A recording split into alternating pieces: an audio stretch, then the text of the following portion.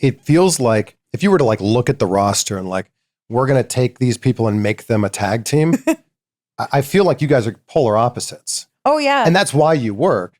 But why were you paired up in the first place? I have no clue, to be honest with you. No clue. They put us together when I had just gotten called up, really. I was still pretty new to the main roster. And we were getting ready for like WrestleMania, and they were talking about like an 8-woman tag. And I think they needed tags at the time. There wasn't too many like actual tag teams.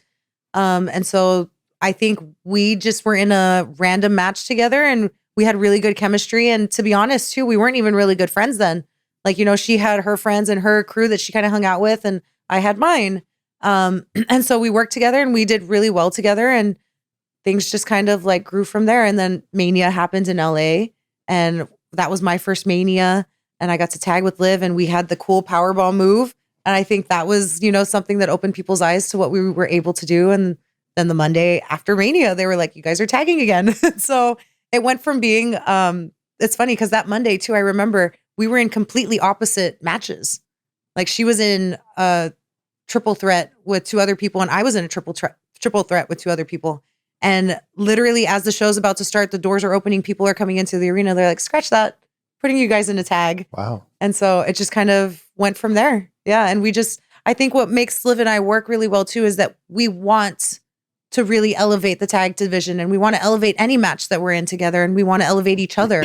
And so when we talk about like what we want to accomplish that night or what we want to do with these tag titles, it's always being on the same page with each other. And so that comes with building a relationship with each other too, because if we want to show people how good our chemistry is in the ring, we should have that outside too. And so we really took the time to like bond and become friends. And yeah, it's been so much fun ever since, because we really are really good friends now. And that doesn't always happen with tag teams. Yeah, that doesn't really always happen with tag teams. And sometimes you have people who aren't friends that are tag teams, and they're great. And you'd still never know. And you still never know. Yeah, yeah. But Liv and I, we really just got along, and we had a lot of the same values and beliefs, and it just worked. And so it was really, really fun getting to tag with her the first year. The second time we won it in London at Money in the Bank.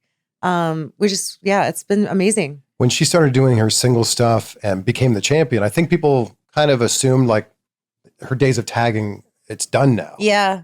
What brought that back? I think what brought that back was bringing me back in as her enforcer.